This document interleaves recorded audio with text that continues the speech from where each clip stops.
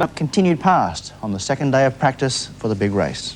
The first casualty of the day was Sydney driver Peter Williamson, who totaled his Toyota Supra after slamming into a concrete wall in the opening moments of practice.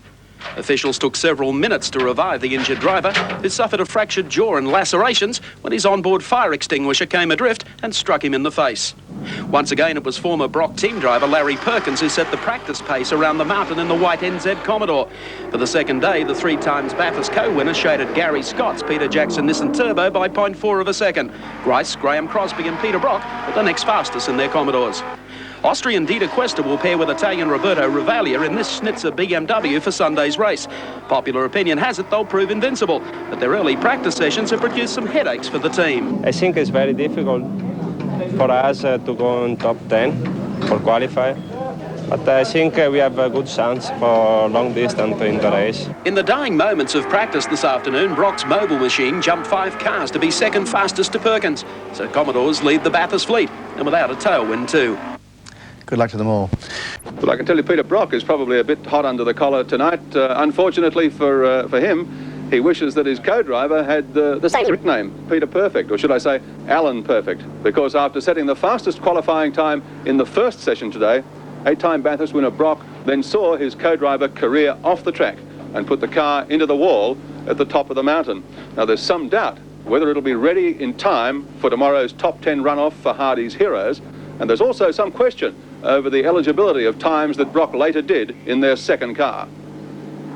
Brock topped the qualifiers in the morning session of practice with a blistering 2 minutes 18.10 lap in the mobile Commodore. Things couldn't have looked rosier for the 05 team, but then disaster struck. Alan Moffat slammed into the concrete wall at Castrol Corner, gouging out cement all the way to the sand trap. Moffat was shaken in the wild ride, but he certainly fared better than the Brockmobile. I was chasing another car very closely. I missed my apex a little bit, and the right rear tire got into the mud, really, because of the soft shoulders with all the rain.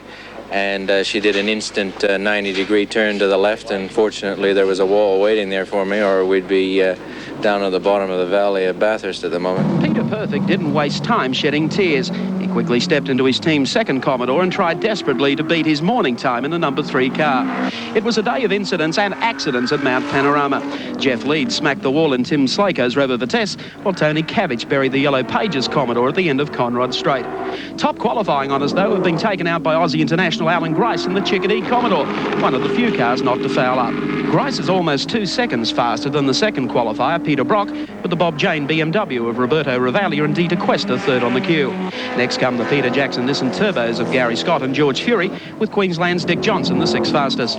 Surprise mark at the mountain is the Turbo Starion of Brad Jones and Akihiko Nakaya, 7th in qualifying. They're followed by Larry Perkins Commodore, Jim Richards BMW and John Bow in the Volvo. Tomorrow, though, things get serious. The top 10 runoff in Hardie's Heroes and a $20,000 payoff. Mike Raymond at Bathurst for Sport.